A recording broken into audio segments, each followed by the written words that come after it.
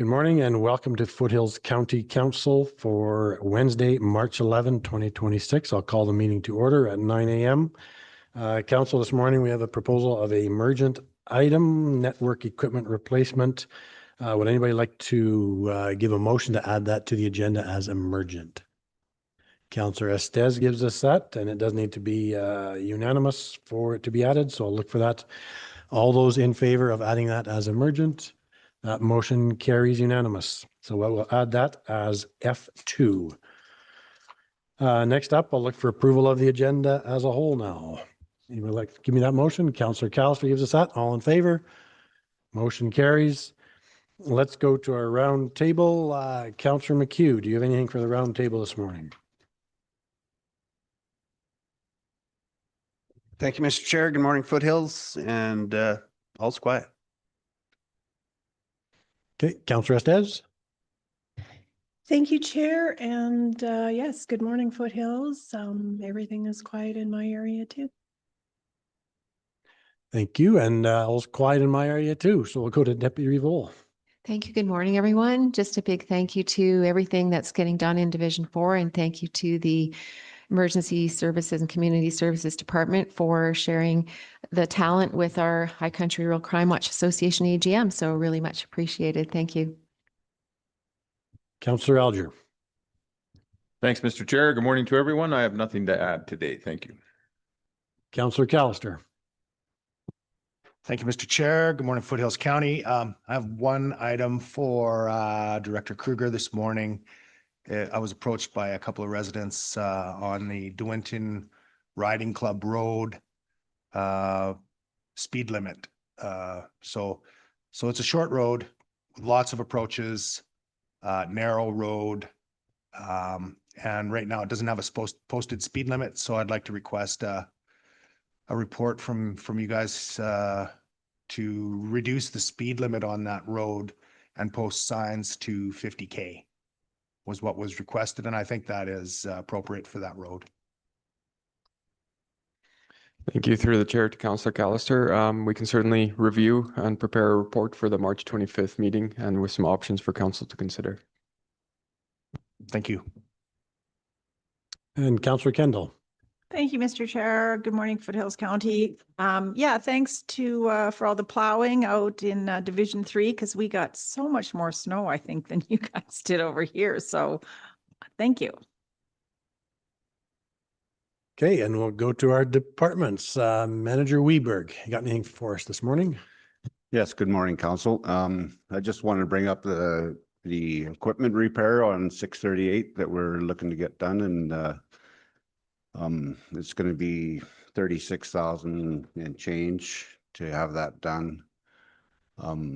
We couldn't do it in-house. It's something that had to be done outside. So I just make you aware of that, and hopefully that's okay. Also, our Click Fix is working well. Some of the residents are starting to use it, and once the word gets out, I think it's a good program. Also, our new GPS system is being installed on our dozer today, and I think that's really going to improve the productivity of the construction crew. And that's pretty much all I have. Okay, thank you for that. I don't see any questions. So, Councillor McHugh. Chair, through the chair to Public Works, what's a 638? Through the chair to Councillor McHugh, it's the gravel truck, plow truck, transmission replacement is kind of vital to keep that running. So otherwise it's just sitting there as a piece of steel. That's the one that got coolant in the transmission? That's correct. Okay.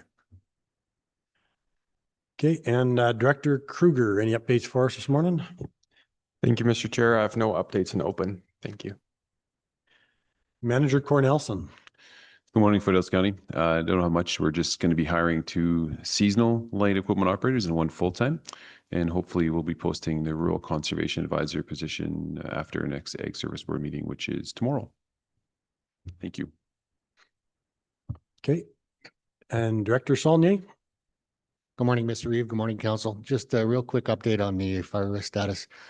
Currently, we still have no restrictions in place in the county. And other than Vulcan County, who has an advisory on in place, all of our regional partners are sitting at no restrictions as well. Calgary Forestry showing low wildfire danger with no restrictions. So we'll continue to monitor weather conditions and bring forward any recommendations if any restrictions are needed. Thank you. And Deputy Director Stapley. Good morning. Thank you, Mr. Chair. This morning I sent to council an email with some statistics for Highway 2A between Alderside and High River. And I just wanted to let you know that the collision statistics from the RCMP Okotoks attachment, which handle 434 north to Alderside, they have 2 fatal collisions, 129 injury and 126 property damage only in the last 10 years. And for 434 south to High River, is managed by High River Detachment. They reported 2 fatal collisions, 12 injury collisions, and 20 property damage only on Highway 2A.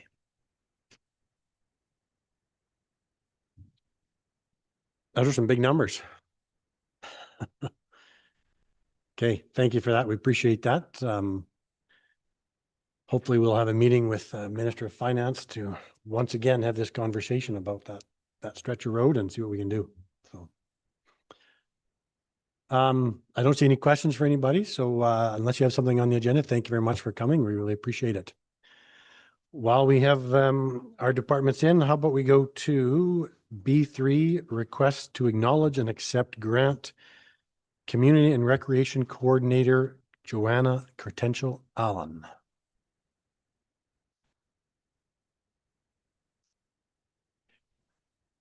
You are up.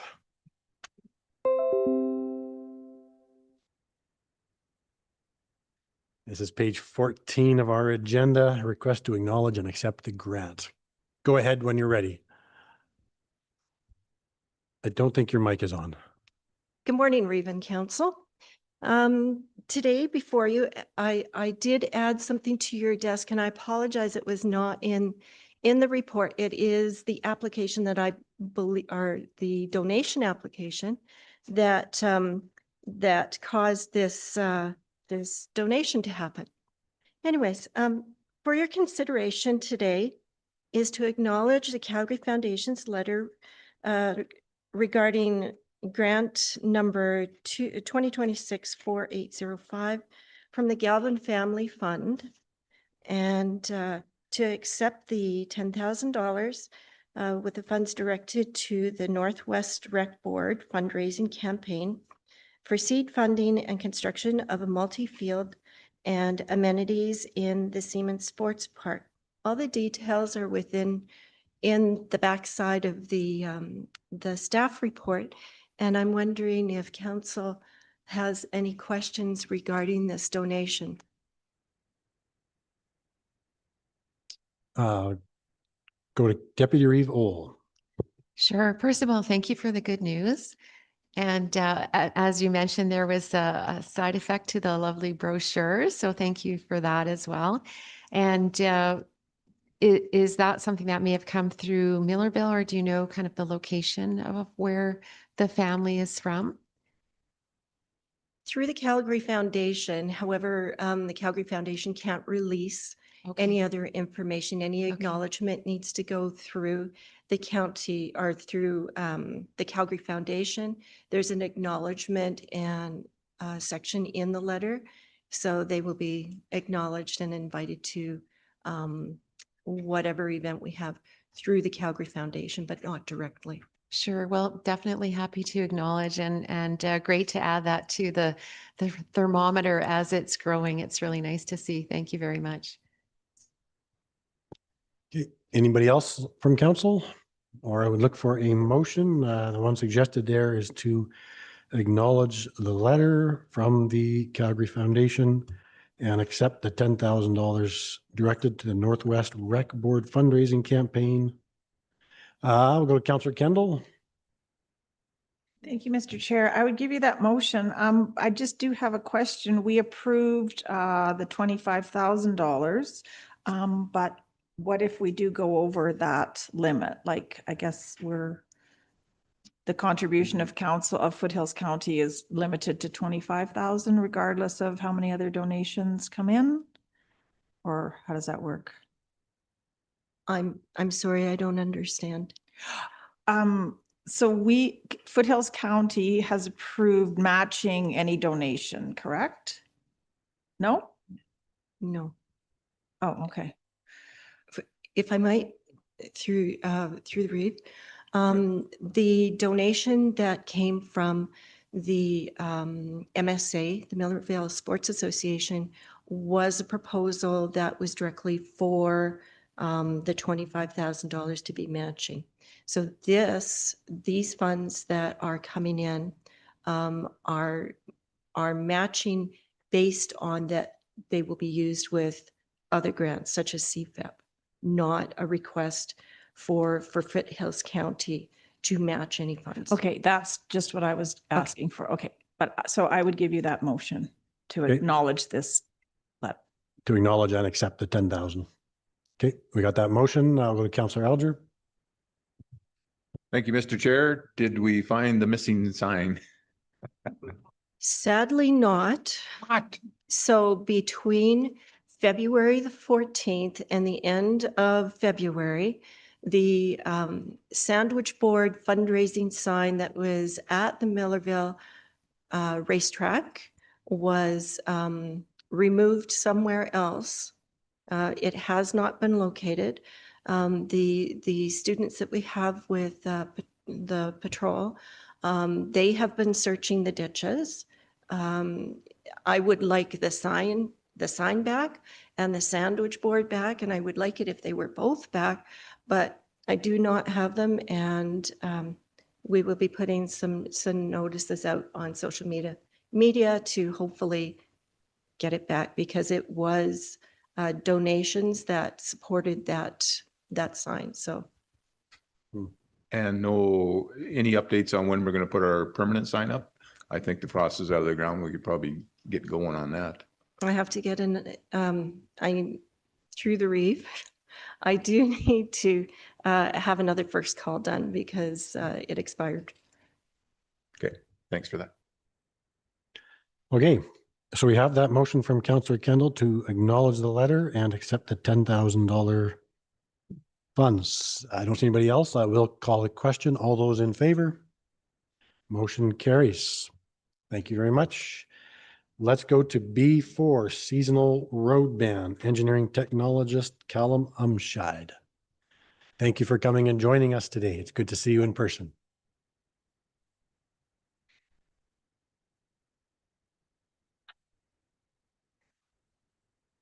No. There you go. There we go. Thank you. Thank you, and good morning, Mr. Reeve and Council. In front of Council today is the request to review the proposed 2026 spring road bans. With the warmer weather conditions and spring approaching, the frost has started to leave the ground. Spring road bans are put in place to protect the roads from damage caused by heavy vehicles during the spring thaw when the ground is soft. The spring bans reduce the maximum allowable weight on trucks and trailers to minimize the need for costly repairs during this period.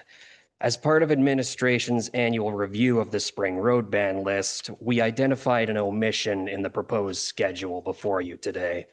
One road segment, 658 Avenue East from 40th Street East to 168th Street East, was unintentionally left off the list due to a formatting error. Actually, I'd like to make a correction. That is 40th Street East to 184th Street East was left off.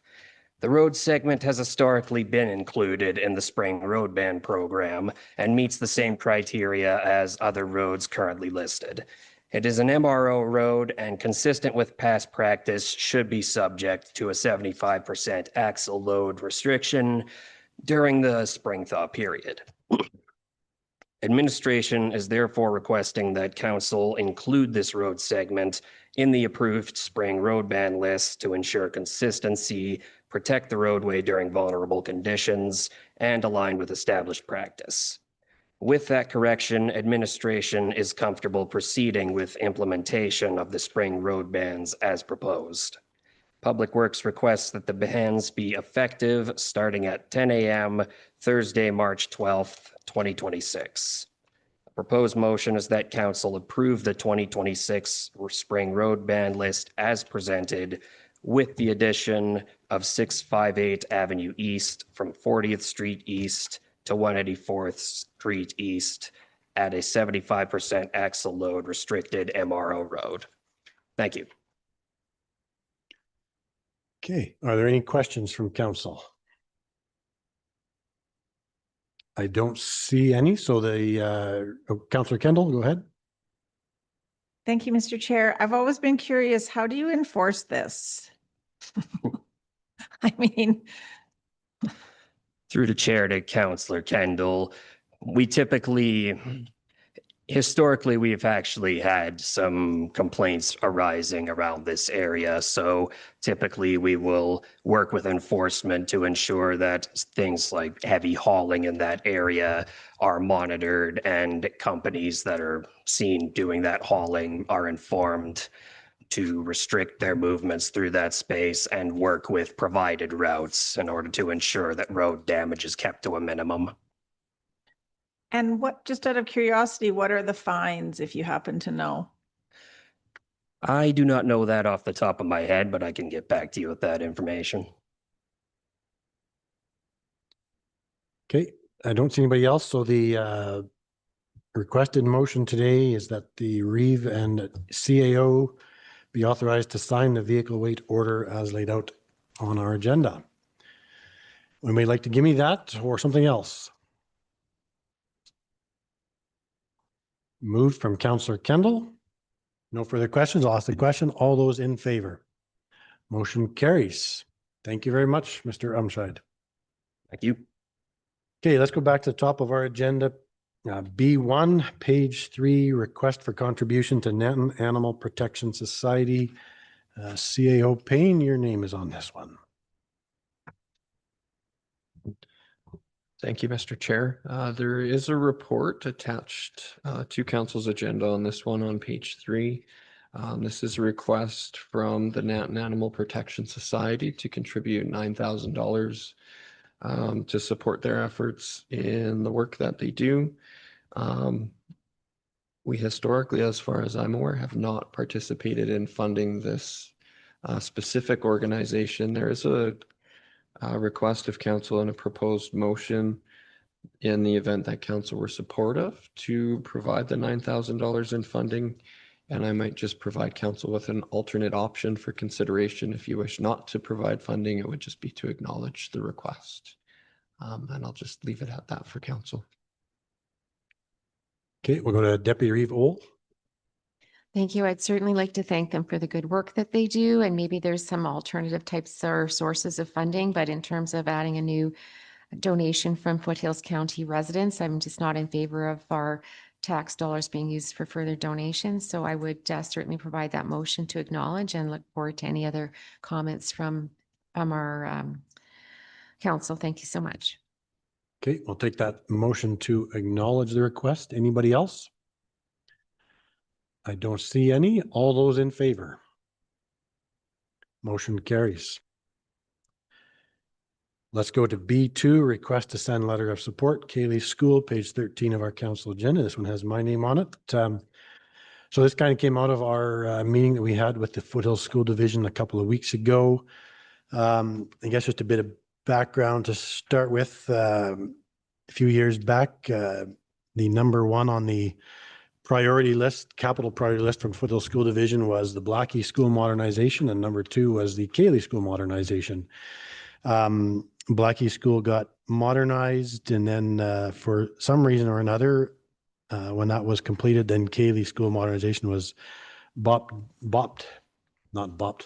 pushed down the list. Bumped down the list. That's the word I was looking for. To number 4 on the modernization and number 6 on the overall capital priorities of the school division. Now, since that time, there's been 2 new schools built or in the process in Okotoks, which has now put Cayley School, continued at number 4 on the modernization priority, but also number 4 on the total capital priorities of the Foothills School Division. I just pulled this off their website last night from the 25-28. That's where I'm getting this data. So with the Cayley School modernization at number 4, I was quite surprised when we had our meeting a couple weeks ago with the school division that they brought up and asked, would we be interested in talking about a Cayley School modernization? And so we had that conversation. I did kind of say, yeah, I think we probably would be.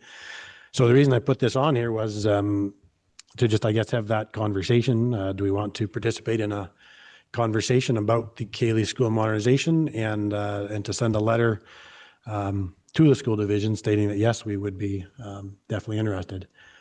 So to go back to the Blackie School modernization, some of you will remember that, some of you maybe not. When that was done, the school division did reach out to the county and to a number of community groups, and they hired a consultant group to walk us through a value not a value proposition, but a value process to determine the value of the Blackie School modernization.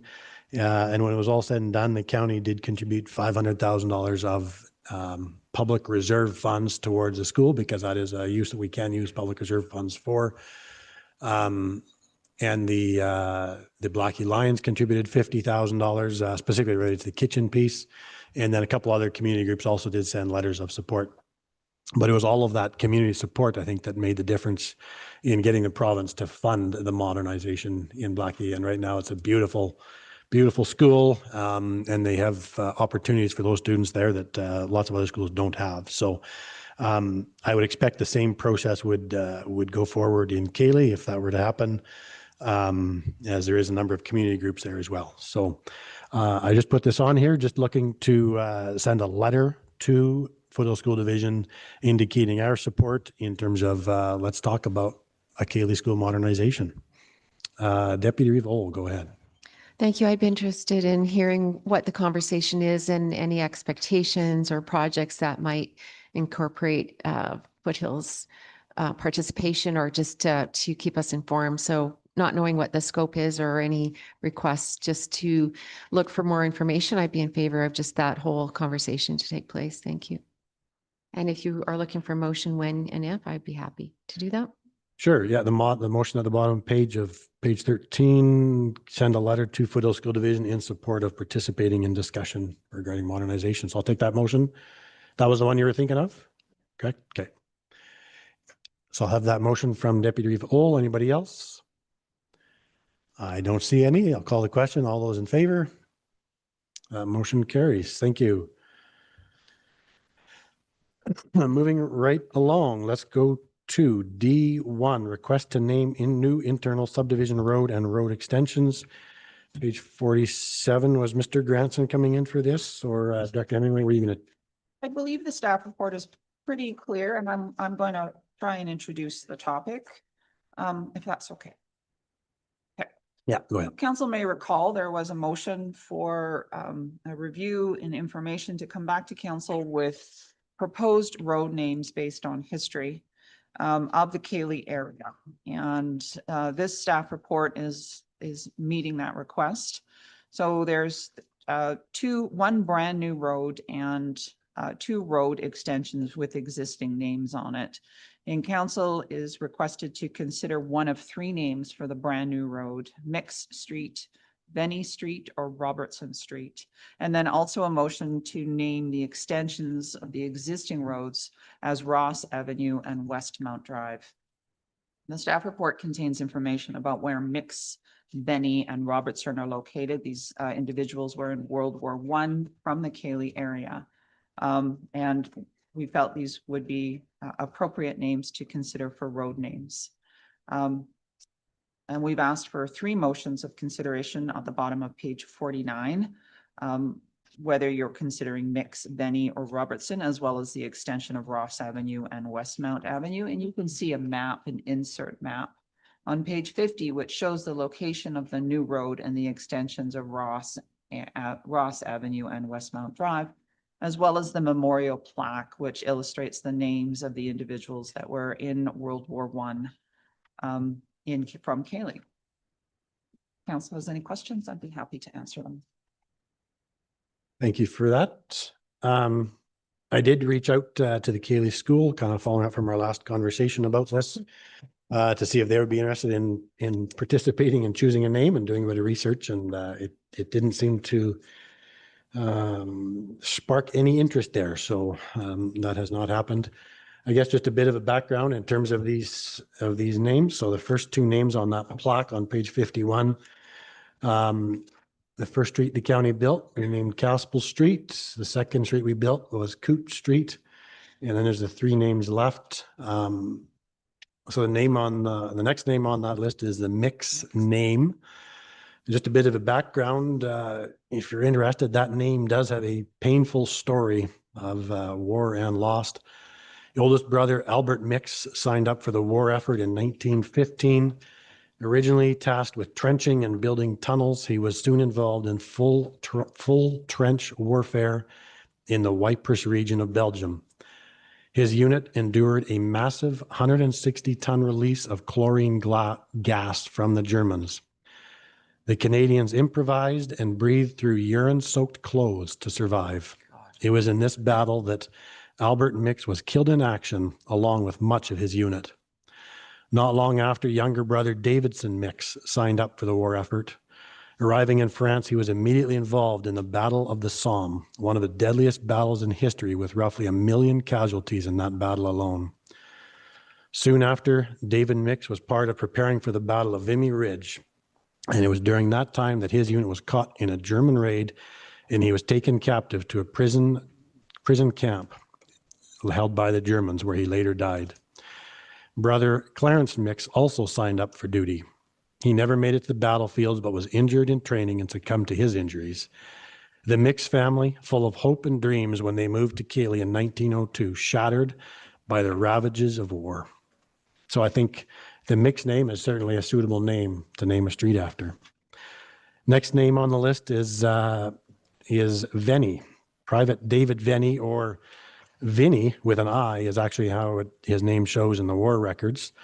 Born in Scotland and moved to Canada as a young boy, described himself as a cowpuncher by trade on his enlistment sheets at the age of 28 when he joined. He joined his unit in France, quick to see action as he fought for the Battle of Vimy Ridge. From there, moving 6 miles north, weather delays gave them time to prepare for the next battle. On the morning of August 15th, 4:25 a.m., the Canadian forces made a surprise attack with heavy military barrage and using smoke to hide their advances. They quickly captured Hill 70.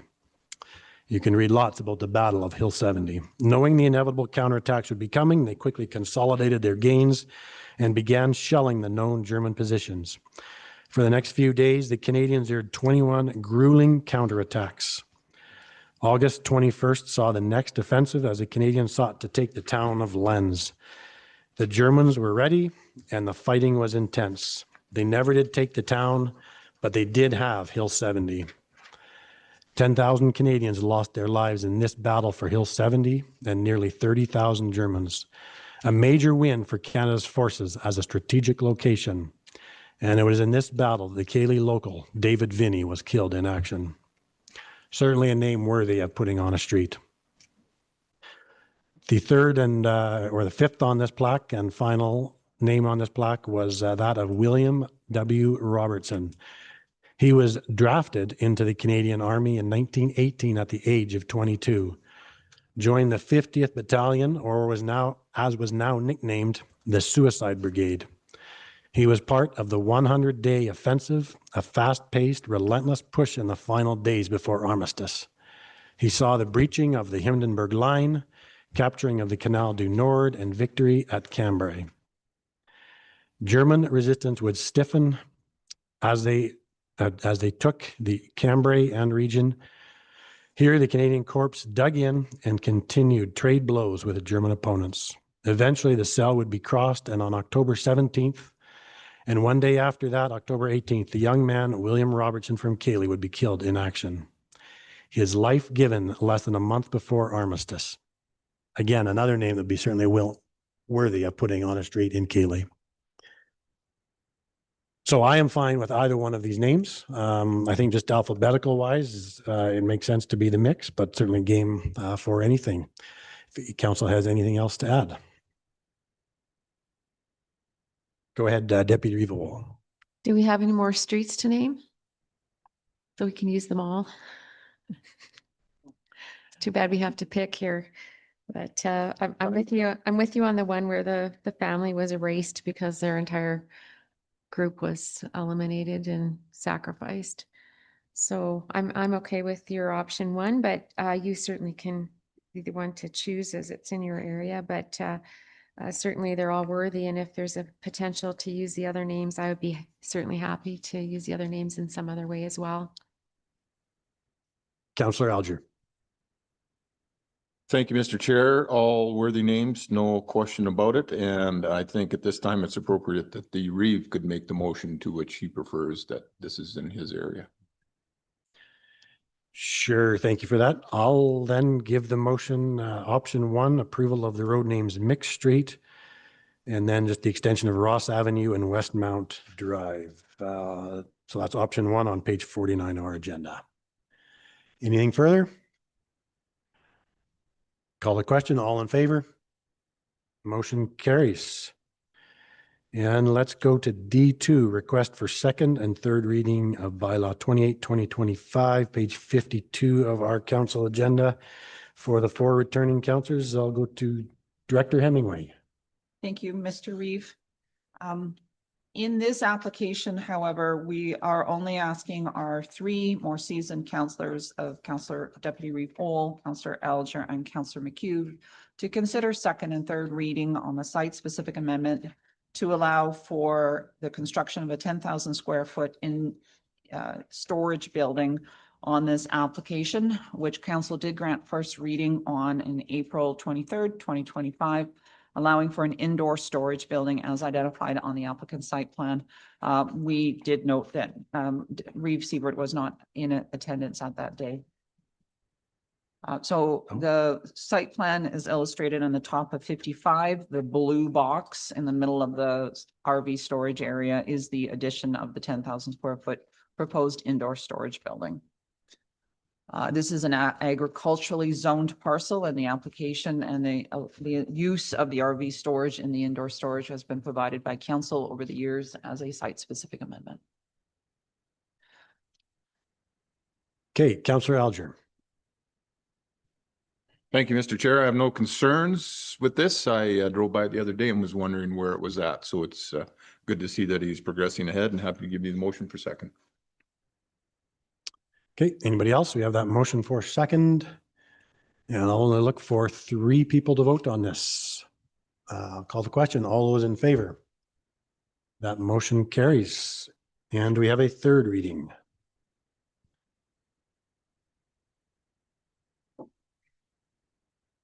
Councillor McHugh. Thank you, Mr. Chair. Motion for third reading. Motion for third from Councillor McHugh. All in favor? Motion carries. Okay. Sorry, Councillor Kendall, go ahead.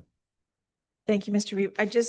I had forgotten to mention there was some spelling mistakes on page 48 of the previous motion.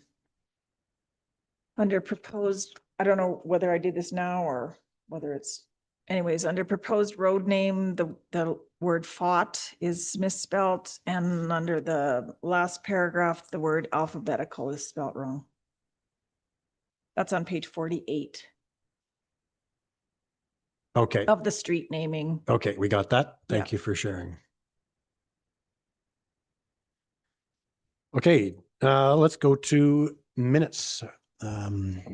Anybody want to, any questions, comments, or motion on minutes today?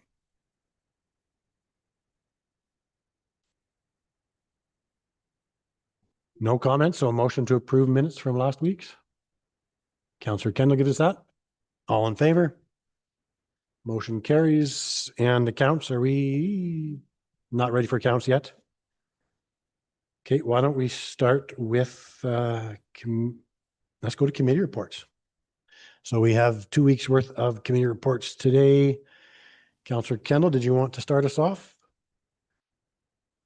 I will. So, on a second. Okay, so on February 26th, I attended the Economic Development Committee here, where Mr. Labor kind of gave us a rundown of some things that he's working on. And member Mr. Pat Steer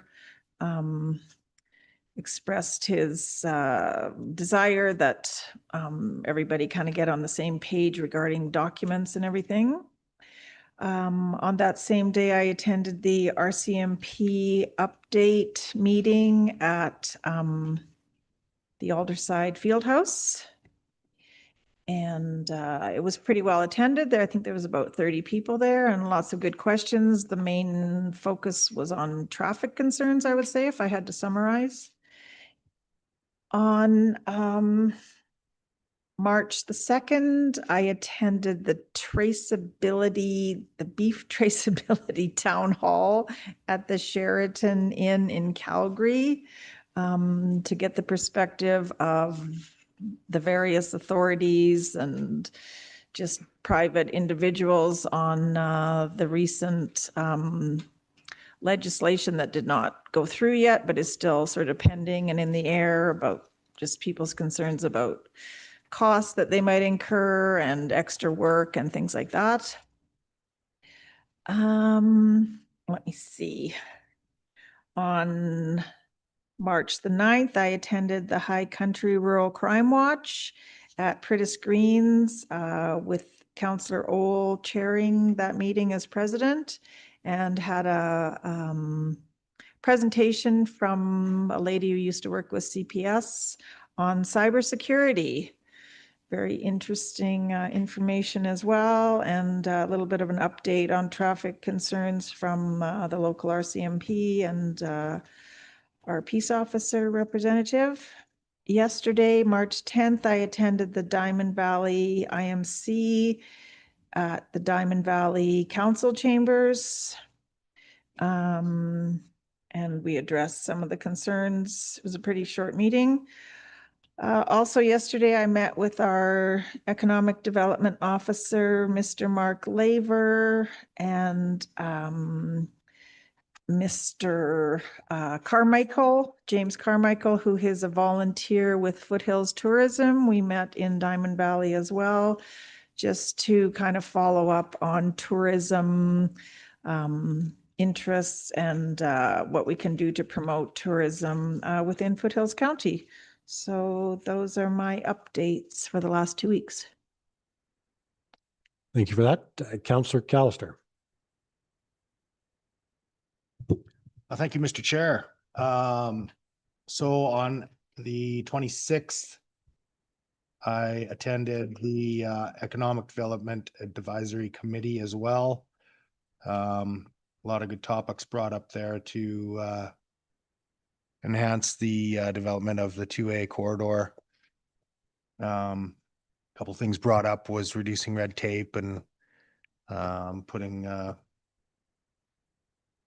to get things moving there, and the water line to supply for that area. Later that evening, I attended the Okotoks Library Board. One of the topics was the potential leasing of some extra space in there. Still reviewing some of the options for the library board to do that. So they'll come back with more information on that. On the 2nd of March, I attended the Dunbow Recreation Board AGM and meeting. Looking at doing some rezoning of the map to cover some uncovered recreation board areas in Foothills County, and some changes to the dispersion of capital assets potentially. It's a pretty rare situation, but the couple have come up lately, so we discussed that and making some changes to how that works. On the 5th, just on not a committee, but attended the Heritage Point Fire Hall with Councillor Kendall and Councillor Ohl to donate some usable equipment that was no longer needed by the fire hall to Ukraine. And then later I had a meeting with RJ Sigurdsson with a couple of residents to discuss a possible sound study at the Artesia part of Heritage Point for road noise off of the number 2 highway. And that's all I have. Councillor Alger. Thanks, Mr. Chair. I had lots of resident interaction in the last couple of weeks, but I have no official duties to report on. Thank you. Deputy Reeve Ohl. Thank you, Mr. Chair. A few things to share. As the alternate, I attended the Economic Development Committee online and happily observed all the good work from the committee and different avenues that they're going to be following to help out in Foothills County. And on the 26th, also attended the Ann and Sandy Cross Conservation Area Board meeting. Just a great review of the upcoming projects and the landscape projects and overarching concerns that are at the cross.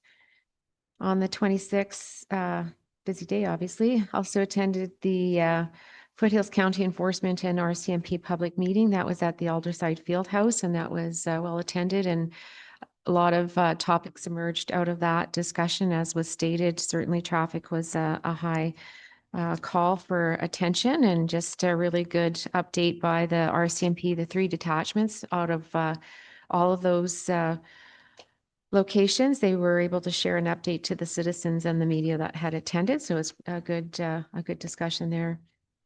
And the following day, 27th, I attended a full day workshop that was held in Cochrane for the Bow River Basin Council under the topic of using storm drainage under the Water Act, surface water allocation licensing exemption.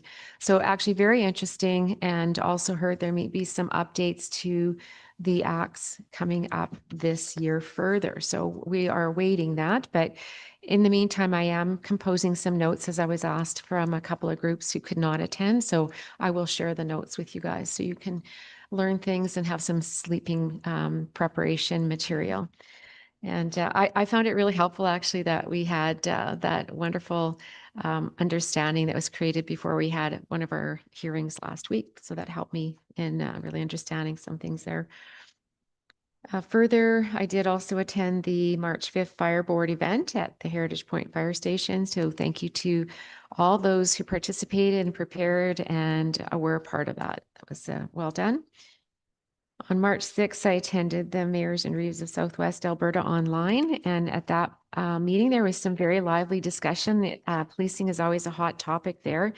And messaging in relation to the increase to our taxes related to education and policing, and how we might message those and understand that we had asked for more schools, but that in fact this is a payment that is substantial. So it was great to have access to the minister there at these meetings. We do get access to MLA and Minister Grant Hunter and RMA and AM and others who report. There was a great turnout. There was some other there as well. So good to have that and get a refresh of what's raising everybody's blood pressure these days.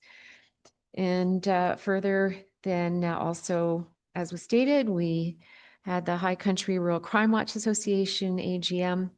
Thank you again to our guests. We did have our manager from our department. We had our CMP and a cybersecurity specialist. Very interesting to see the perspective of someone whose full-time job it is to work on the threats that are coming in from AI and other topics. So hopefully more discussion on that. And thank you to everybody who attended. It was a good turnout. On March 10th, that as in yesterday, attended the IMC for Diamond Valley. and Foothills County. And three main topics were on the agenda, including the intermunicipal development plan and the status thereof. And in the end, will be further investigated and move towards a decision on when that will begin its process. Secondly, the concept of including roads in discussion in relation to that whole planning exercise. And thirdly, just confirming that incidents related to public communication should remain within the jurisdiction of Foothills County. And I'll just hand it over after that. Thank you. I'm done. Thank you. And for me, I was on the Economic Development Advisory Committee as well. As stated, the big item of discussion was the development permit process and how we might streamline those applications and reduce any red tape. A very good discussion, very worthwhile, I think. We talked about the rural renewal stream and the rural entrepreneurship stream, and we'll be hearing more about that in the due course of time. Yeah, and our economic development officer is doing a lot of meetings with business owners and developers in the region as he puts together the economic development plan. Certainly great to see the ambition being put forwards in this initiative. Mayor's Reeves, that was already spoken of. I didn't get the entire meeting, but the bulk of it, certainly the discussion around the requisition and the dollars was a big piece of this meeting. Unofficially, I had I'm going to call it an open space initiative meeting. So a past employee of the Nature Conservancy of Canada and the executive director of Foothills Land Trust, they just are trying to begin conversations about how do we further enhance conservation efforts in the region. Just as they look at the amount of land being eaten up by development, and is what we've done in the last 50 years sustainable for the next 50? And they're proposing it's absolutely not, and we need to get ahead of it. And what does that look like? So they met with the mayor of Okotoks, and so we're going to have a further meeting to really further the conversation and see where it lands. So I'll be with them and with the other mayors in the area, and that'll be interesting as we go forward. I was at the policing meeting in Alderside Fieldhouse. As I already talked about, the big item was that residents wanted to talk about was road safety. And the big item of that was our 2A from High River to Alderside. And the takeaway is that we just have to get something happening here. The county's been working for 8+ years trying to get a solution. But being that it's an Alberta Transportation Road, it is, some days I wonder if it's even happening anymore, or if the province is just kind of put on the shelf. But hopefully we can get a meeting with Minister of Finance, Nate Horner, and have the conversation with him. Desperately needed. Yeah, and I attended the traceability thing, as Councillor Kendall talked about, and that was all for me for this week. We'll go now to Councillor Estes for committee reports. Thank you to the chair, and all the committees that I was on has already been covered.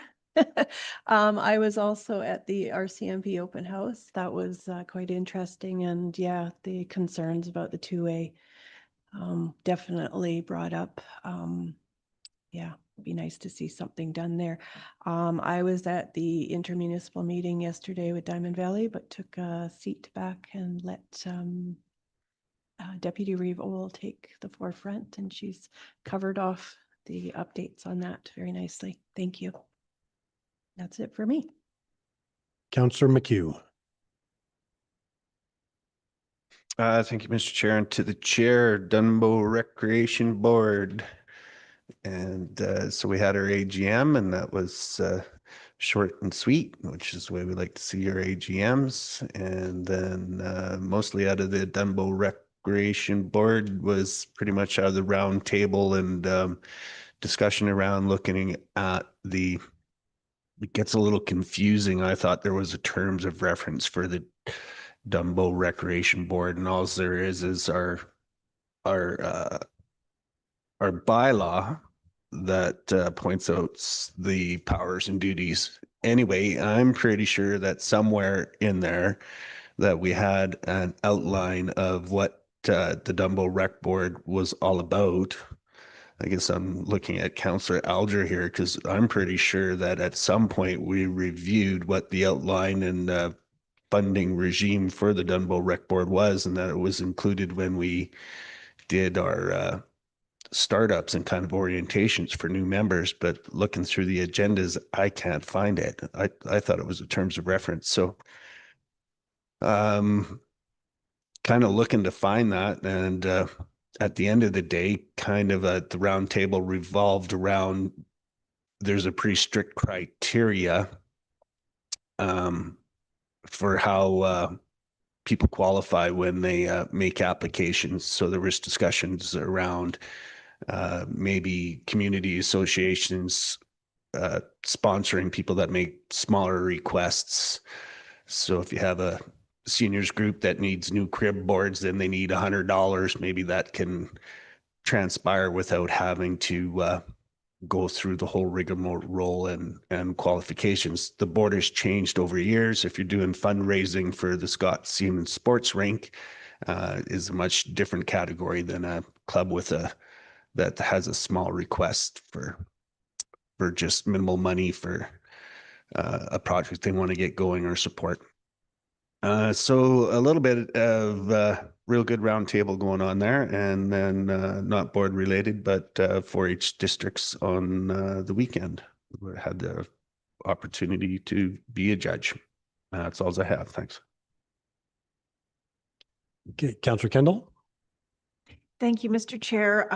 I just had one item that I was going to bring up. I'm seeking approval from my council members to attend the Living Systems Summit being hosted by the town of Okotoks on April 13th to 15th. I would miss the 15th because it's a Wednesday, so I would be here. So just seeking council's approval for me to attend this. And I was just going to say, I was asking about the fees on the road bans, especially for Councillor McHugh, because I know he likes to, you know, haul things at every time opportunity he gets. So it's just making sure he was in compliance with some of those road bans.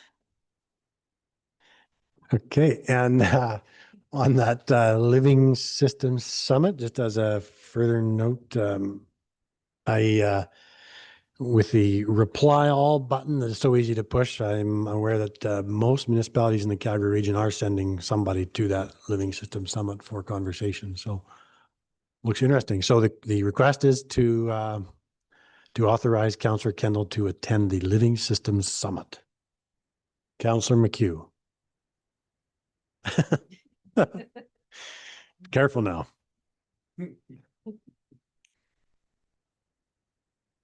Oh, I thought your name was on my screen. Okay. Deputy Revol. Thank you. It's great to, I think one person is enough to attend it. So if you don't mind taking some notes for us or just giving us a recap, that would be helpful. And then I read the information, but I was not able to understand what the content was. So if you can sort out what the topic really is, I would greatly appreciate what it is we're looking for an outcome and what the focus is. But definitely make that motion so that you can attend on behalf of us. Thank you. Thank you. I will try to decipher the content of the.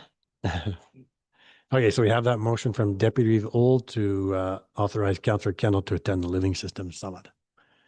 Anything further? I'll call a question. All in favor? Motion carries. And we have a 10 o'clock hearing, so let's take a short break and get set up for that.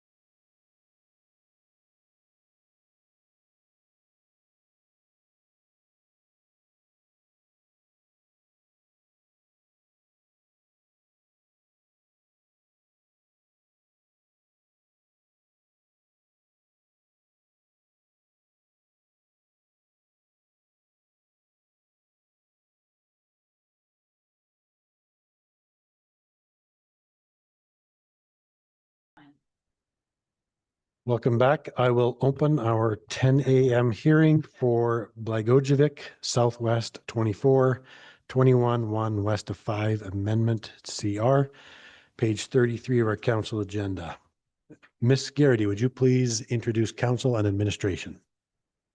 Thank you, Mr. Chair. In council today, we have Councillor McHugh, Councillor Estes, CAO Payne, Reeve Seward, Deputy Reeve Ohl, Director of Planning, Heather Hemingway, Councillor Elger, Councillor Castell, Councillor Callister, my apologies, and Councillor Kendall. Thank you. Back to you, Mr. Chair. Good thing we have our name tags in front of us. I will lay out the procedure for our public hearing this morning. Today we will start with a presentation from our planning officer. Today, that is Planning Officer Caroli. Following that, we will then go to the applicant and agent for your presentation or comments. Following that, we will go to members of the public, anybody who does show up. We don't have anybody right now, but if they do show up, they will be given an opportunity to provide their input. Following that, we'll go to closing comments, first from the applicant and agent, and then back to the planning officer for their closing comments. At each stage, council and administration will be given an opportunity to ask questions for clarification. With that, Planning Officer Crowley, please proceed with your presentation.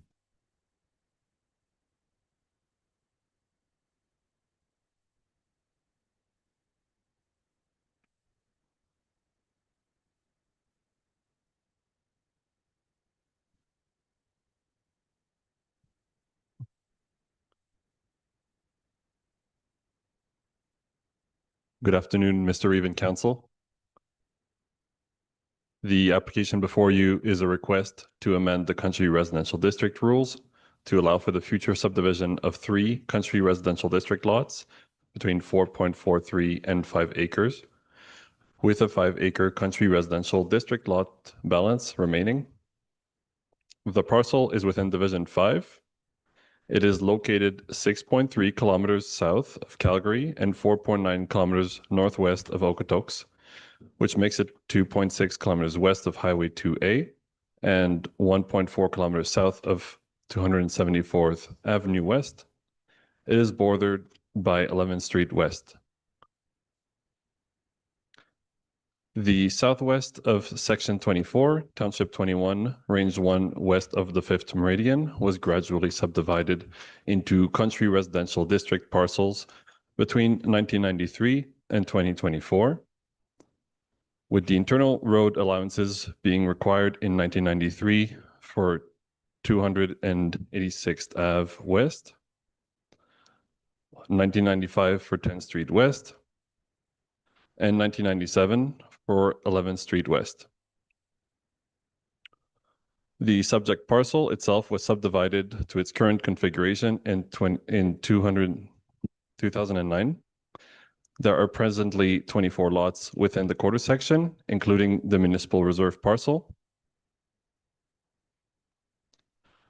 Lands adjacent to the subject parcel are zoned country residential district to the north and west, agricultural district to the south, and the property adjacent to the east and southeast is within the Springs at the Winton Outline Plan, which is in transition to cluster residential district. Other uses in the area include country residential subdistrict A lots and a 4.2 acre municipal reserve lot within the quarter section, country residential district lots, agricultural and environmental protection lots.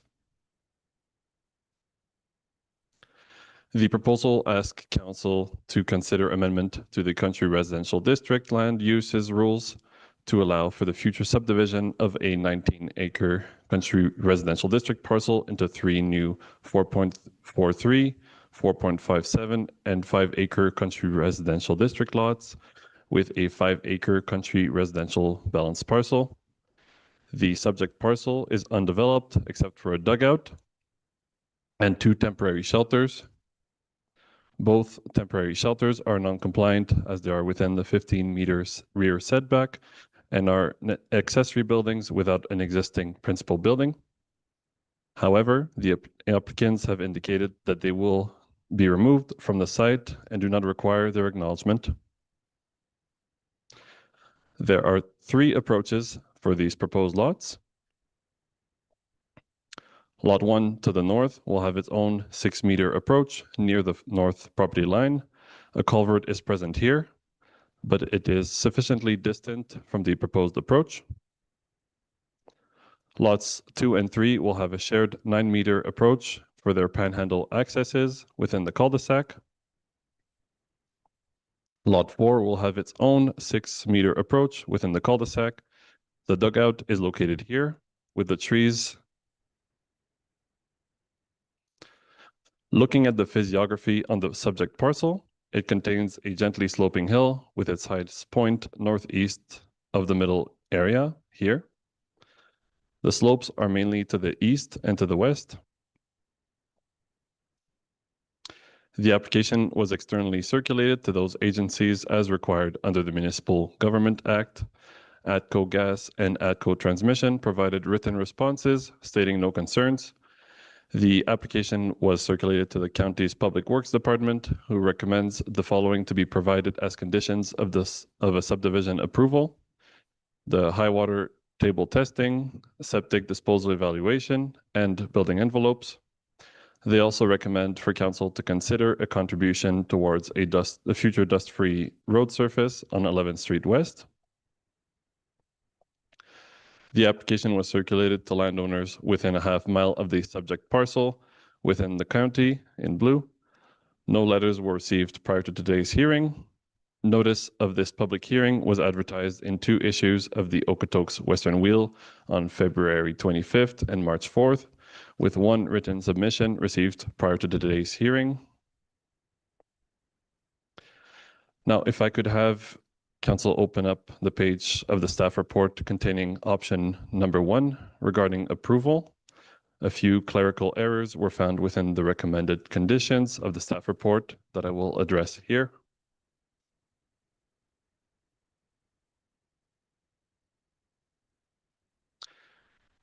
Public Works does not require an engineered driveway and recommends consideration for contribution towards a dust-free surface. Condition 1 is therefore added to condition 2 instead of the engineered driveway, and the numbering is corrected. As the future subdivision is within a quarter section with more than 5 lots, condition 3 is modified to require the adequate water supply in accordance to the Provincial Water Act rather than the municipal water policy, and the numbering is corrected. As Public Works has required for high water table testing for foundation design to be provided, this has been added as a new condition 4. Finally, as the application indicated that the portable shelters would be removed before the subdivision process is complete, and given that these structures are non-compliant prior to any subdivision, condition 6 has been corrected to require the removal of these structures. Here is the proposed conditions following all corrections. This concludes my presentation, Mr. Reeve and Council. Thank you. Okay, thank you very much. I think we're probably going to have that list of conditions put back up at some point. We'll go to Councillor Alger. Thank you, Mr. Chair. Mr. Caroli, can you explain the high-level explanation of the difference between Municipal Water Act and the Provincial Water Act? Is there more daunting services that need to be done?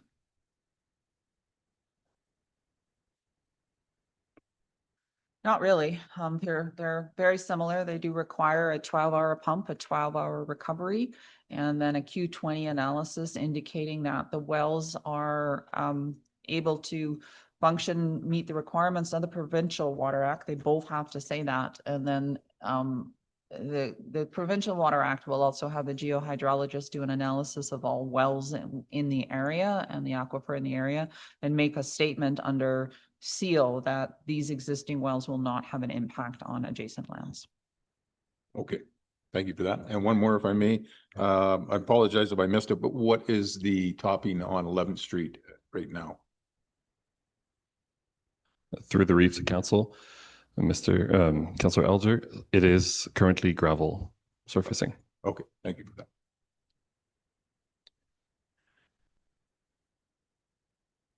Okay, I don't see anything further. Councillor McHugh. Thank you, Mr. Chair. I think that was the clarification I was looking for. Sorry, that was 11th Street. So then what is, through the chair of the development officer, so 286 is MRO then 16th Street? Through the reef to council, Councillor McHugh, I didn't hear your question properly. Sorry, so 286, that's MRO, is it? 11th Street goes to 286 Avenue.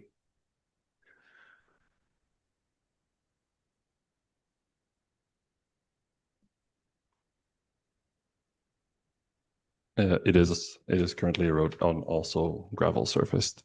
Okay, thanks. It's MRO. Sorry, so just for clarity, 286 is MRO and 11th Street is gravel. That's correct. If I may, sir, you can see the purple on 286, that's MRO, and then the purple on 16th Street is MRO as well. Okay, thanks. Okay. Thank you for that. I don't see anything further, so I will go to the applicant and your agent. If you want to start by introducing yourselves and then proceed with your presentation.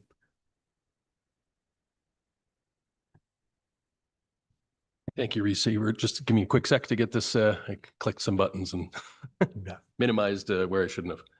Let's see.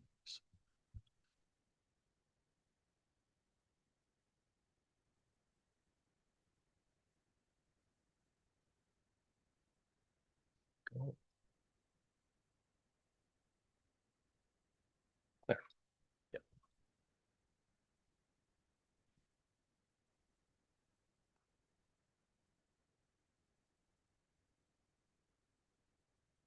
Good morning, Reeve Seward, County Council and Administration. I am Jeff Badkey, agent for the landowner, Radislav Blagojevic. Rad and his son Darko are sitting with me here this morning, beside me.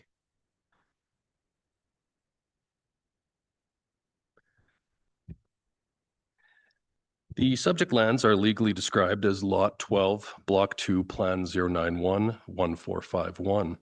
The subject lands are located within Division 5 of Foothills County, northwest of the town of Okotoks, approximately 3.5 kilometers straight south of the hamlet of De Winton. Lands fall within the Central Growth Management District as outlined in the county's growth management strategy. Located south of 286th Avenue, immediately east of 11th Street, both of which are internal subdivision roads. The subject lands as they stand today are a nominal 20-acre parcel. The subject parcel is a result of previous subdivision completed by RAD in 2009, which included the 2 lots to the west, one on which RAD currently lives, as well as dedication of road allowance and the construction of 11th Street. The parent quarter section is characterized by established country residential subdivision with similar development patterns extending into the surrounding area alongside agricultural holdings in varying sizes. Vegetation in the surrounding area is mainly open grassland and cultivated farmland with pockets of deciduous trees. Landscape features gently rolling foothills with natural intermittent drainage channels that flow easterly towards Wilson Coulee and ultimately south into the Sheep River Valley.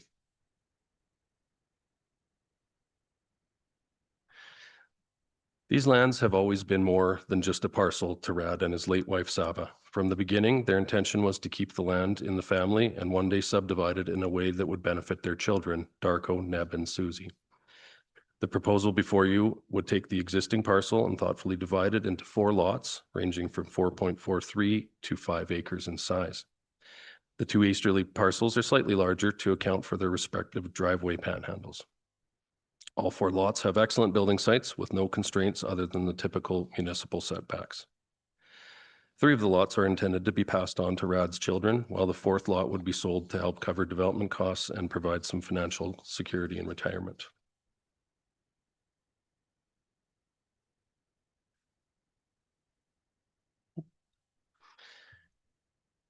At this time, the property has minimal development and only includes 2 portable shelters historically used for storage and to support limited agricultural use.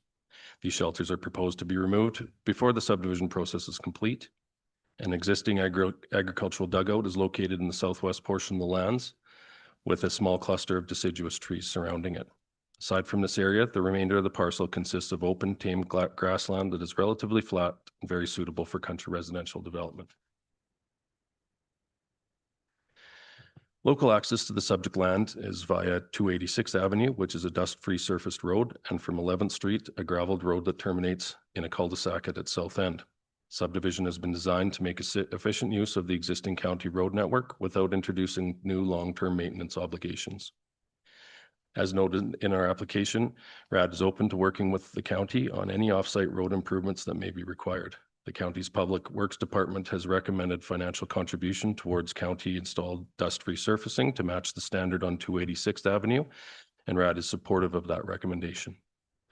In terms of access from 11th Street to the individual lots, a new single approach is proposed for Lot 1, shown on the screen with the orange star. Lots 2 and 3 would share a 9-meter wide common approach identified with the beige star, and the existing approach shown with red star would service Lot 4. All 3 approaches are to be constructed to meet current county standards. Water will be supplied by new individual water wells with nearby well records indicating yields in the area capable of supporting residential water use. Wastewater will be managed through on-site private sewage treatment systems, which are, in our experience with local soils and groundwater conditions, are expected to easily be supported. In summary, the subject lands are well suited, utilizing existing county road infrastructure, providing convenient access to Okotoks, Calgary, and regional transportation routes. The surrounding area contains a mix of country residential and agricultural uses, and the proposed subdivision aligns with this established pattern. Given the parcel size, extensive agricultural use is not practical, while the gentle topography and well-drained soils make the lands well suited for country residential development. The proposal is consistent with the Foothills County Municipal Development Plan and Growth Management Strategy, with the lands located within the Central District, where the county's future growth is anticipated. Overall, the subdivision represents a logical and sustainable form of development that fits the area's character and supports the county's long-term planning objectives. And Rad would like to say a couple words to council at this time.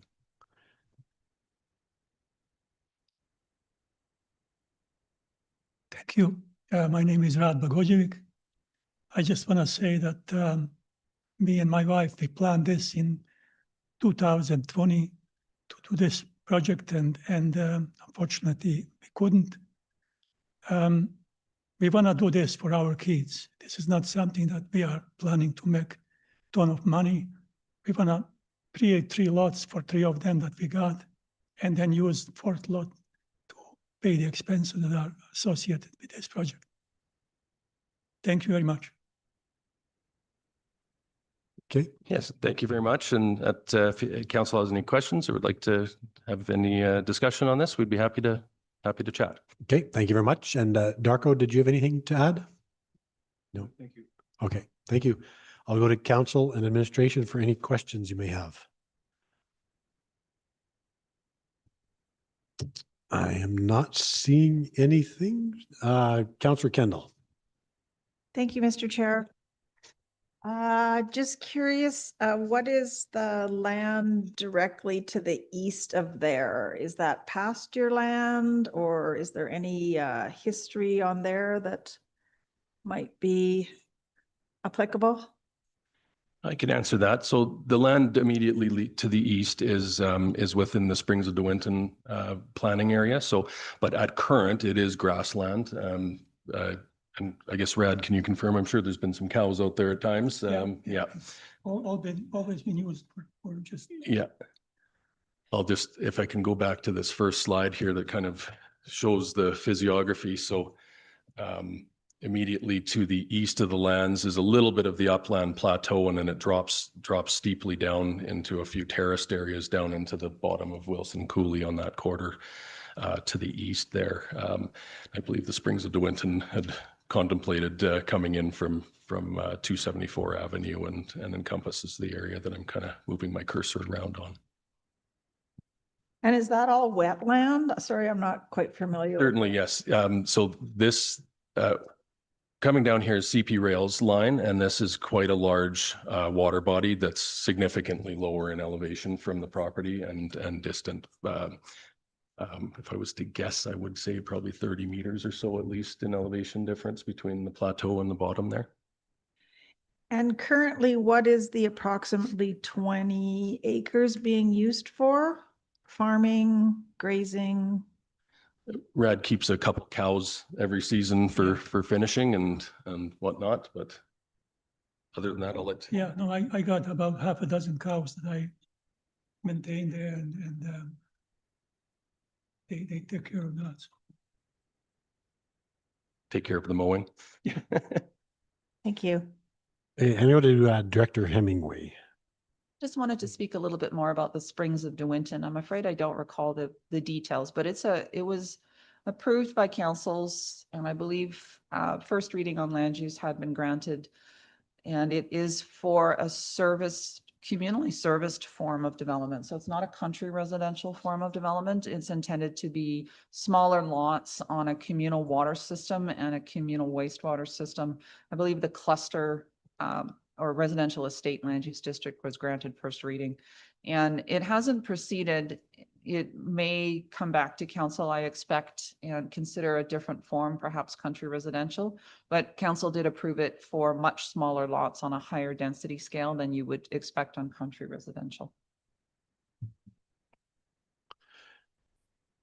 Okay. With that, we will go to any members of the public. I do believe we have a couple. First on my list, I have a Shandon Tour. I saw your name on our screen. Are you still there? There you are. If you can unmute yourself and provide any input you wanted to do today. Sorry, I forgot your name wrong. Shandon Tour. You're muted.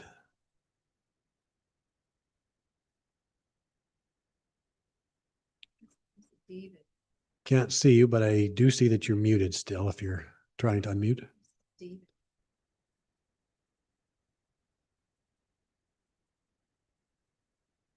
Okay, well, we will try to connect while we do that. I'll go to.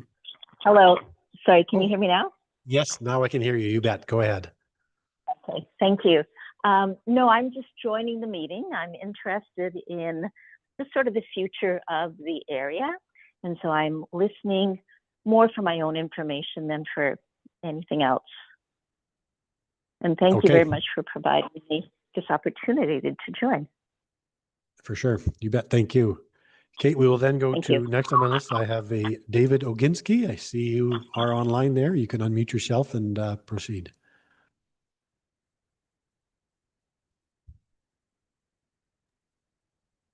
Thank you very much for allowing me this opportunity.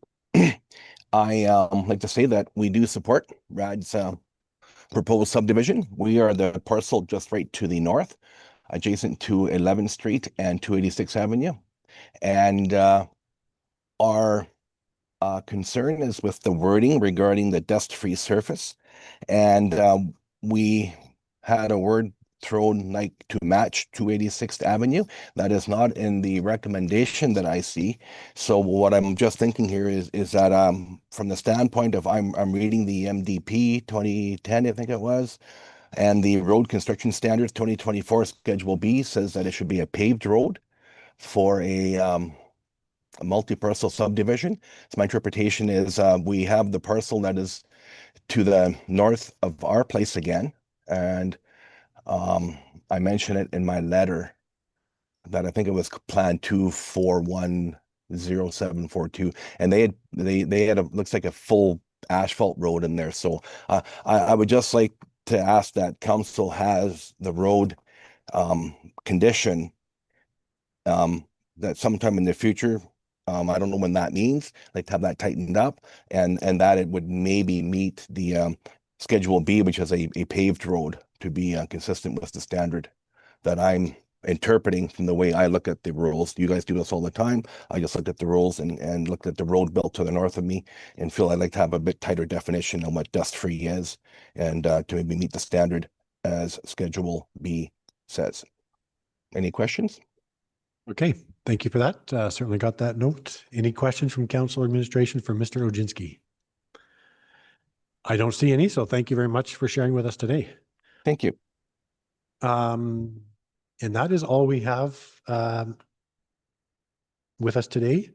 So considering that, we'll go back to the applicant for closing comments. Anything you wish to provide today? Thank you very much, Reeve Seward. I don't think there's a lot more to say with respect to the surfacing that Mr. Oginski, sorry if I got your name wrong. You know, the road is an existing roadway, and as Public Works has recommended, and it passed on from Mr. Blagojevic, that you know, supporting the contribution for that MRO is definitely makes sense to have consistent surfacing. I guess I'm sure you guys know that the big reason for that is that you guys have the capability of putting MRO down on roads, and most of the rest of the contracting world does not. You know, supporting with a financial contribution for that dust-free service to have it consistent makes sense to RAD. But other than that, unless there's any other questions, thank you very much for your time and consideration, and thank you very much. Okay, we do have a question, Councillor McHugh.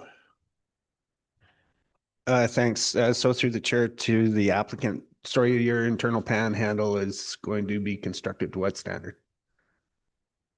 So for the individual lots there on within the property? Yeah. Well, that would be ultimately up to, you know, the construction at the time that that was completed. So it would be driveway standards within those 15-meter wide panhandles. So it would just ultimately depend on time and money and so on and so forth. So there's no, I guess to answer your question, there's no specific plan at this point as to what it would be, but it very well could be gravel or some, you know, a chip sealed road or ultimately, I suppose, paved, should someone want to go ahead and do that. Okay, thanks for that. And is Public Works on? So through the chair to Public Works, so the recommendation to go to DCO, that's, we're just talking, you're just talking about oiling the gravel. So I guess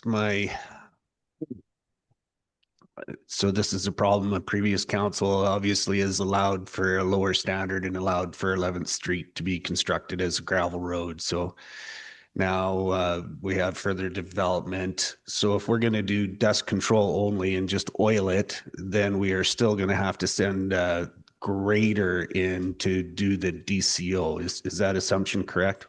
That question is for Public Works. Engineering technologist Anthony, you got an answer there? Thank you for that, Councillor McHugh. Through the chair to the floor. So the recommendation there would be that council considers the dust-free surface, and whether that's asphalt or MRO would be at council's discretion. We could prepare an estimate for both at subdivision for both asphalt and MRO, and council could provide us direction.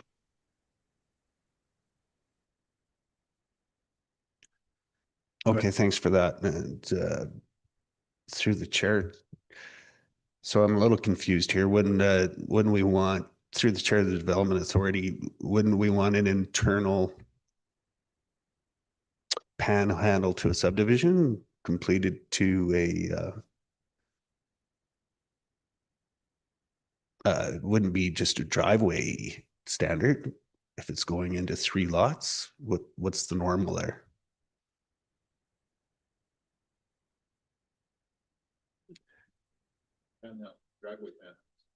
So the map on page 45, the panhandle comes south on 11th Street. And this subdivision has 2 direct accesses and 2 panhandles, if I understand correctly. Is that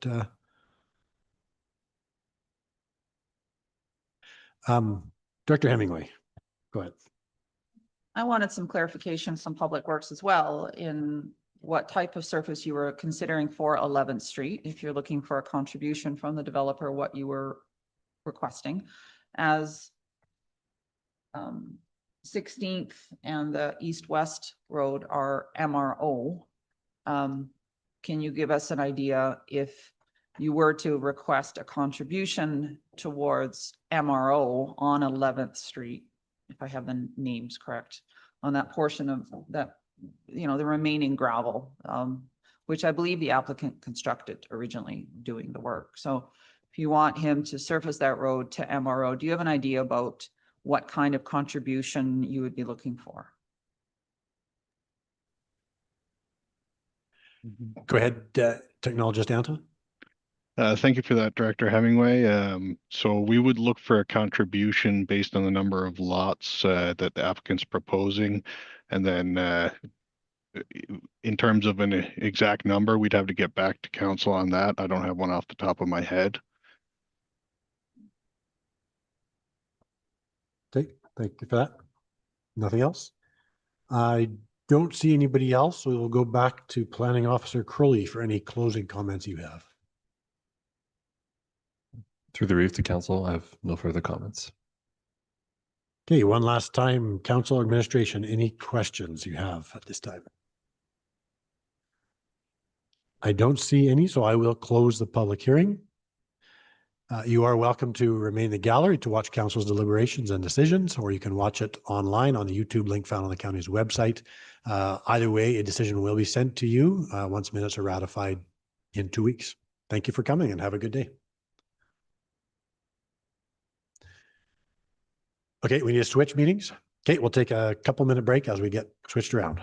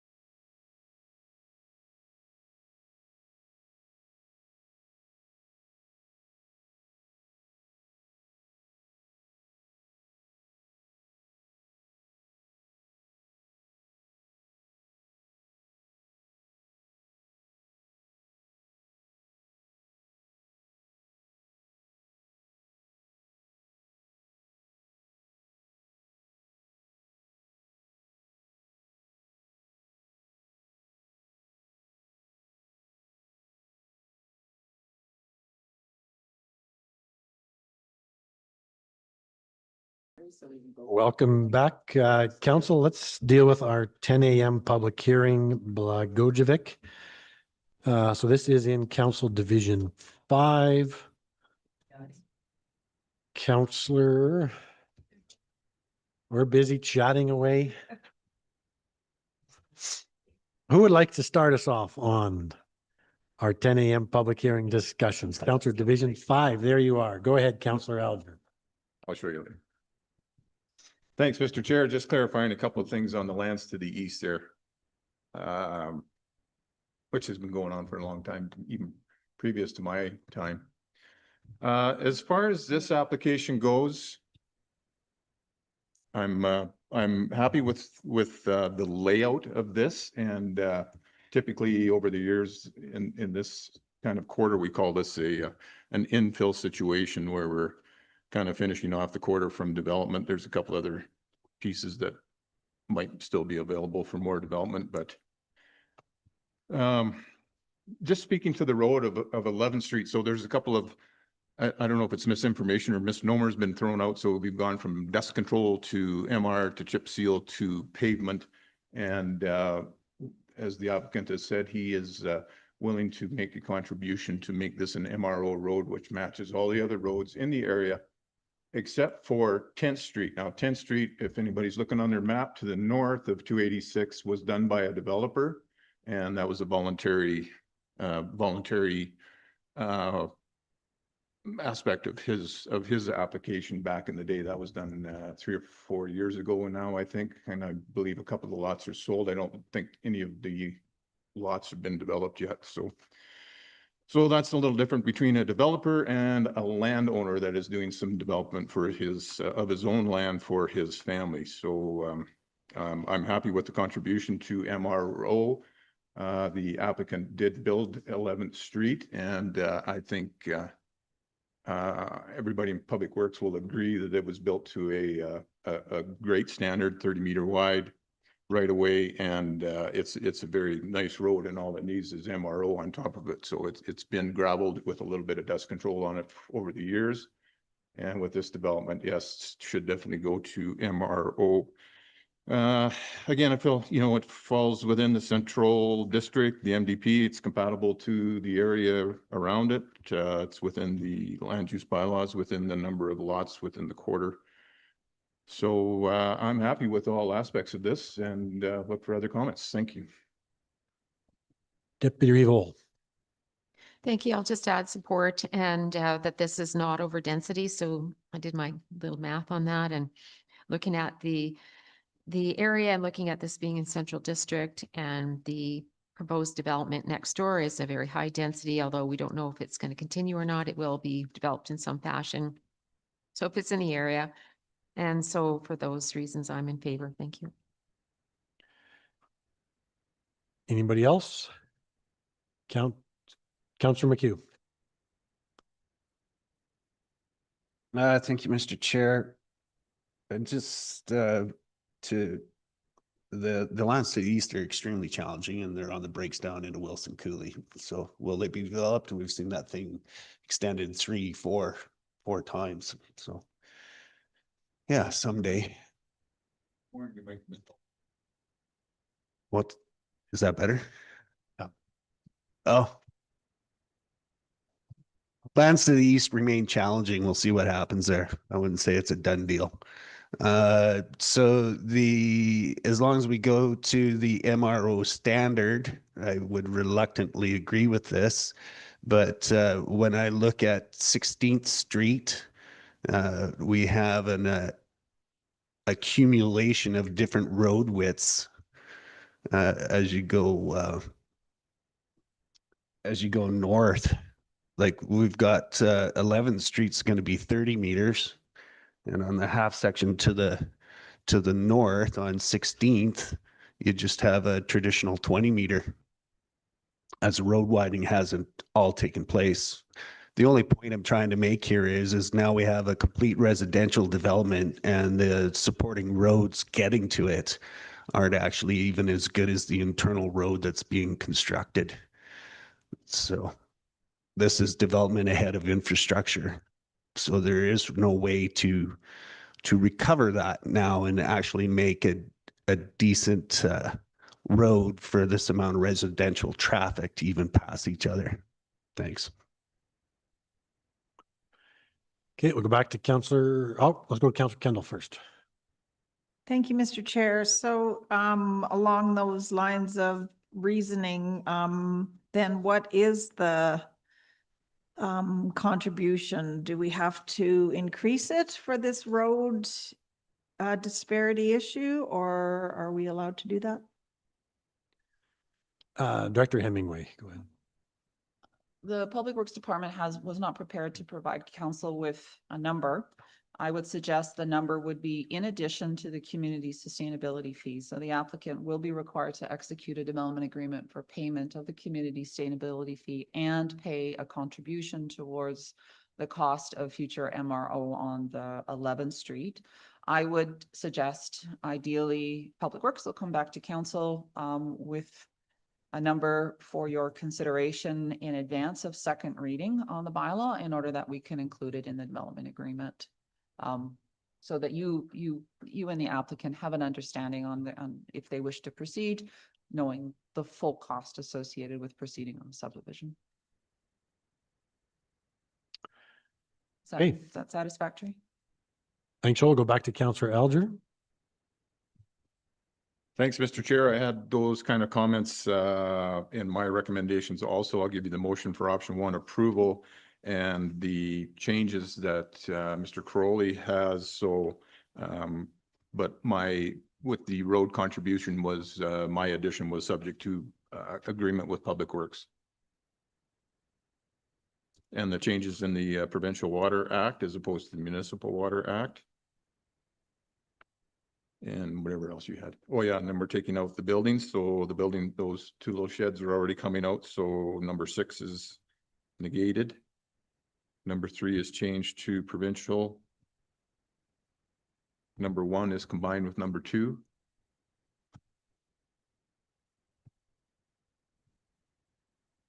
Okay. So what we're looking at now would be the new conditions. Is that correct? I better get a little bigger. Get anything big? Get anything bigger? Yeah, proof of water with the Provincial Water Act. Yep. Okay, so All that the would other- be your motion to Yeah. first all the reading other with those conditions are- conditions. Yeah, are pretty standard and contribution towards a future dust-free road. So, as I said, subject to agreement with Public Works or agreement with Public Works. Okay, so we got that motion for first reading. Anybody else? Councillor McHugh? Council info. Through the chair to Council Alger, can we just say MRO as opposed to dust? I'm fine with that change. Yep. Thank you. Yeah, that takes the confusion out of it. Okay, so we have that. Councillor Kendall. Thank you, Mr. Chair. I'm just a little needing a little bit of help there with, I mean, I have a lot of residents in my area with miles and miles of gravel that, you know, create more problems than this. So I'm just curious about the cost implications for the county, you know, worrying about not even how long is that stretch of road there being gravel. I mean, it's not really that much of a hardship. I don't know.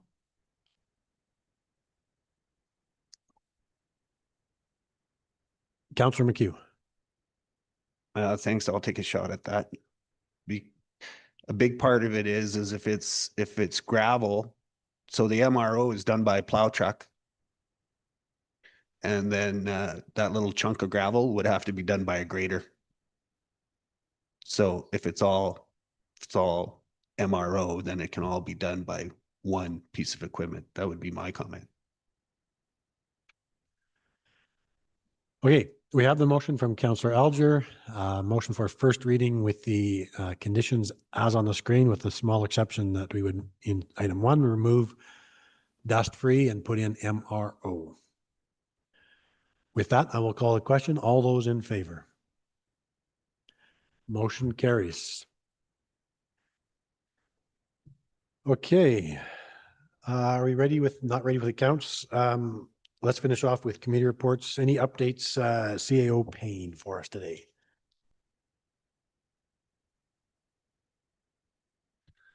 Not a lot for council today. Just a reminder, we do have RMA next week, Monday to Wednesday. Provincial budget was released. I think council's quite aware of the implications of the provincial education requisition going up for the county by about 15%, as well as our policing costs going up from just over 2 million to about 2.7 for this year. Mr. Hammond will be in closed session just to review some details with council. He had sent out a budget memo for council to review, and he's got some preliminary numbers that we'd like to just run by council with some scenarios for discussion as well. And that's all I've got in open session, Mr. Reed. Okay, thank you. We'll go to Director Hemingway. Anything for us in open? A little early today. I'm sorry, sir. I don't believe I have anything to provide you outside of in camera. Okay, thank you. Oh, we're gonna go back to CO Payne for one. Yeah, I can do one more quick maybe while Mr. Jacobson comes up front and gets set up. On STARS, I had sent an email to council from STARS, and they've indicated that the county is being recognized for having contributed more than $500,000 over the years.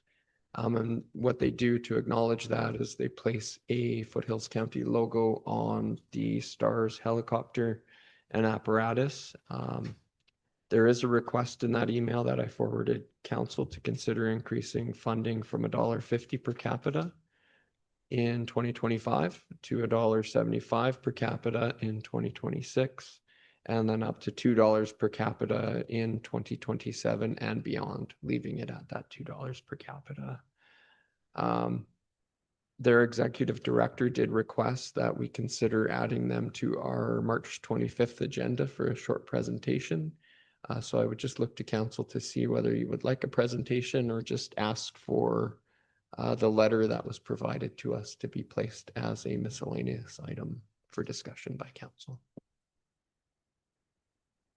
What would council like, a meeting or just place a letter on the agenda? We normally have them come in once a year. Councillor Kendall. Thank you, Mr. Chair. Have we had meetings with them before? Did they come in and present? Is that helpful or? I believe they come in once a year and give an annual update. Do they not? For the most part, yeah. Yeah. Okay. Deputy Vole. Another option is to have they have a slide deck or information deck that could share that with us. There's, I guess, a couple options. But if you haven't seen it and you'd like to see it, that's another way to approach it. And then council can decide and deliberate on the amounts, if there's any increase, et cetera, et cetera. But I guess there's a couple ways to deal with it. Okay, so looking for feedback, meeting, or just place it on the agenda? Just personally, just because we have almost half a new council, it might be good for the three amigos to have a introduction. Okay, I'm seeing a few head shakes, yes. So I think that's your direction, CO Payne. Let's get them in and we can hear from them. Sounds good. Thank you, council. And they are asking for the 25th, so that council's aware we are gone next week. And the 25th is looking like a pretty packed agenda already with public meetings. So we'll maybe suggest a different date other than the 25th. Okay, and we'll leave that up to you guys for sure. Okay, with that, we have a few things in close. I would look for a motion to take us into closed session. Councillor Callister gives us that. All in favor? Motion carries.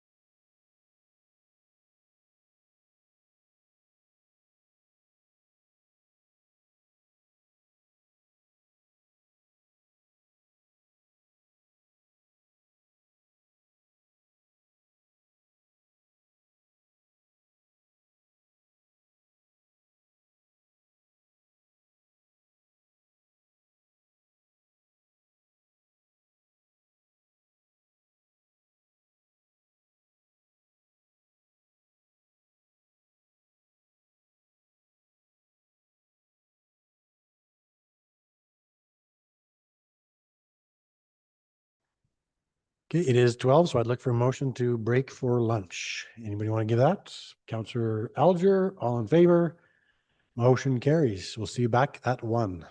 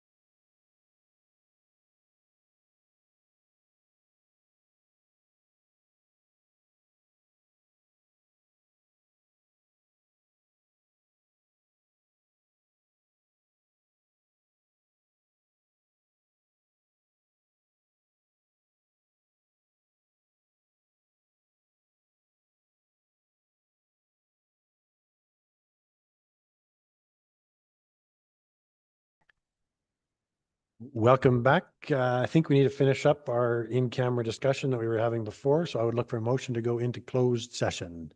Councillor Estes, all in favor? Motion carries.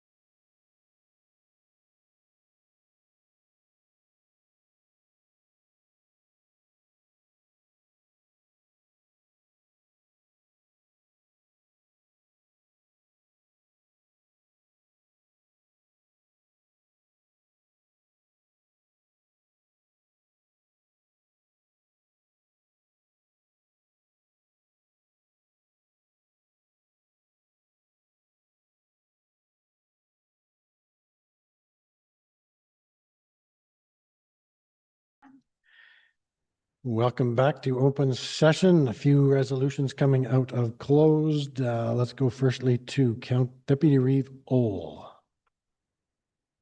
Thank you, Mr. Chair. I would move to direct administration to bring a report back to council regarding IT, cybersecurity, and AI risks with possible solutions within meeting procedures, records retention, and overall IT evaluations. Okay, we have that motion. All in favor? Motion carries. Councillor Alger, you have a resolution. Thank you, Mr. Chair. I'd like to make the motion that council approve the purchase of Waterworth program software. Yeah, sorry, I couldn't come up with the word. That Excel spreadsheet on steroids. Okay, we got that motion from Councillor Alger. All in favor? Motion carries. Councillor McHugh. Thank you, Mr. Chair. To the chair, motion to approve the capital budget item request from IT for software upgrades prior to prices going up. Okay, so we have that motion. Anything further? All in favor? Motion carries. And Councillor Kendall, you have a motion for us, isn't it? I have a motion for the Diamond Valley IMC committee that Councillor Estes be appointed the alternate, but is reimbursed per diem and mileage for her alternate position, and that Councillor Ohl be appointed the, is it the permanent? Sorry? Regular The member, yes. I Okay. believe that's it. Okay, I think we have that motion. All in favor? Motion carries. Okay, and we have accounts. Any questions or a motion for accounts today? Councillor McHugh.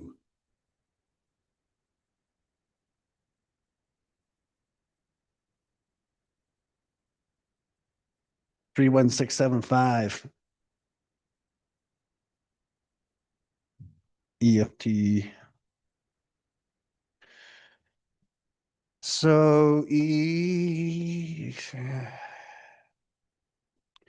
EFT 31675 is snow removal for Kaylee, Spruce Meadows, and Blackie.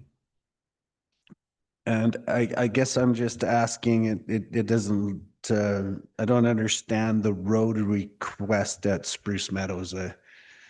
Blackie and Kaylee are 325 to clear snow. I haven't drove into the Spruce Meadows Fire Department, so, but I don't understand why we would have, when we have as many graders and trucks as we do, why do we have a contractor grading the road chunk?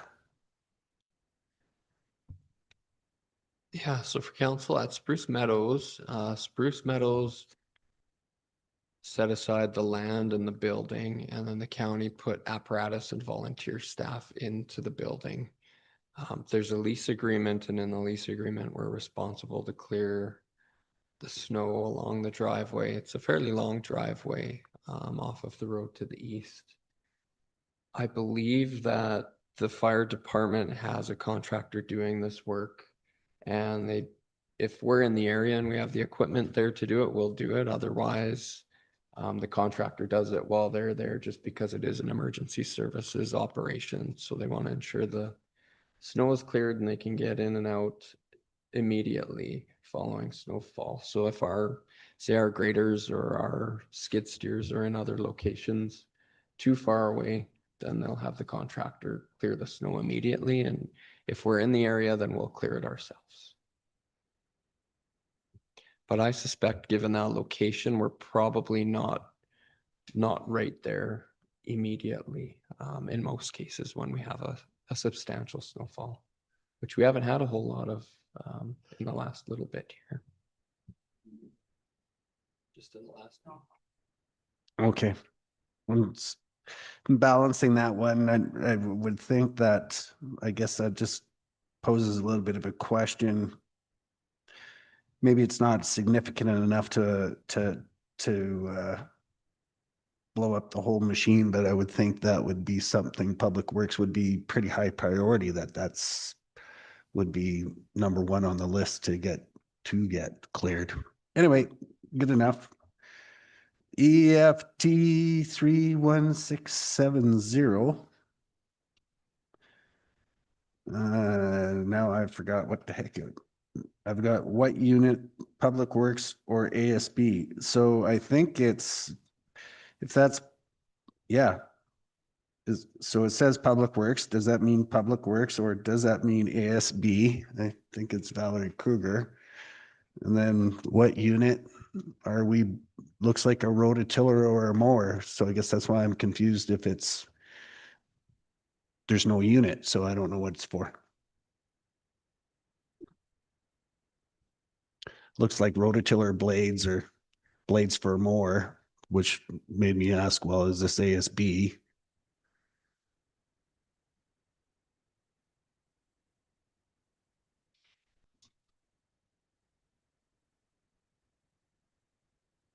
Yeah, what I see on the invoice is harrow, bolt tiller, and nut blade special. I assume this is ASB, but I can ask Director Kruger for more information if council would like to know. Well, I always want to know what unit it's getting. Yeah. I think Reg does too. I think we track our capital equipment and expenditures and repair bills. This redneck farmer does. Oh, I see. It's E32882. Yeah, I'll follow up with Director Kruger and send that out. Okay. And then EFT 31695. Okay, so that's going to be the 31695 is going to be the handy bus. And so I'm just trying to understand how that invoicing works. So if you go to 31695, so my first question is this all, how's that thing working? How's this handy bus thing working? So on 31695, if you look at the last invoice, it's going to be for about $430, but then the receipts attached only add up to about 210. So I'm just kind of lost how that whole thing works. Is it covered off by FCC? I see some appointments going to medical appointments, which makes sense, but I also see some going to Walmart. So just kind of curious how this whole program's working. Looks like it's pilot as well. Like there's 3-hour charges here. We've got the taxi waiting while people are shopping.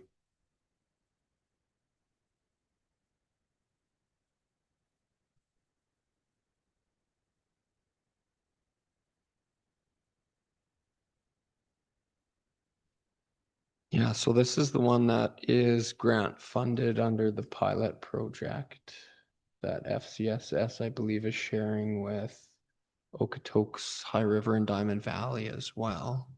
I don't know. I'm looking over at the committee members to see if they know any details about the pilot itself and what's eligible and what's not. My understanding is that it is supposed to be a transportation grant, and Handy Bus is the service provider, and it allows people to do anything from the items that the counselor mentioned, like going for a salon, or it can be used for medical appointments. If someone needs tax assistance, they can use the transportation to go to one of the towns for that support.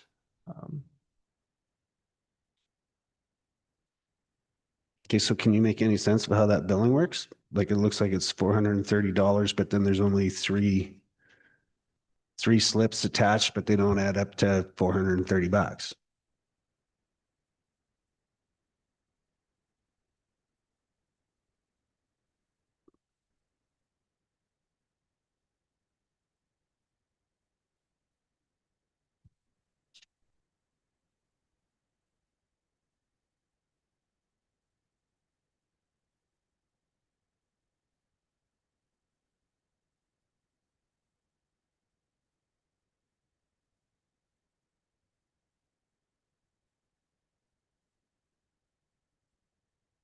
While he's working on an answer, did you want to give a motion to approve accounts? I will do that, and I would like a little further explanation on how whoever's on that committee, it's not FCC, it's FCSS. FCSS, a little more feedback on how that program and grant funding is working. That would be my last follow-up question. So is that all just getting billed back to FCSS? And with that, I'd give you the motion to approve the accounts with some information coming back. Thank you, Mr. Chair. Okay. Did you hear that? Councillor Callister, you got all the answers. I don't know that I have all the answers.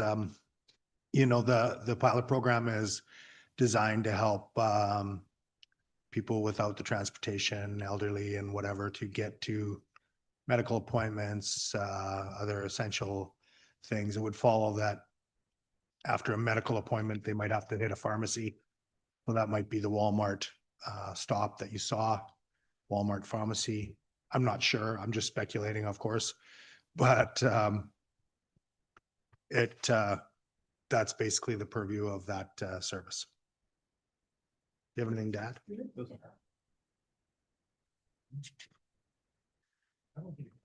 Okay, perhaps we'll look for a answer via email shortly.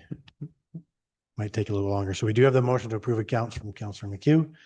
I don't see anybody else, so call the question. All in favor?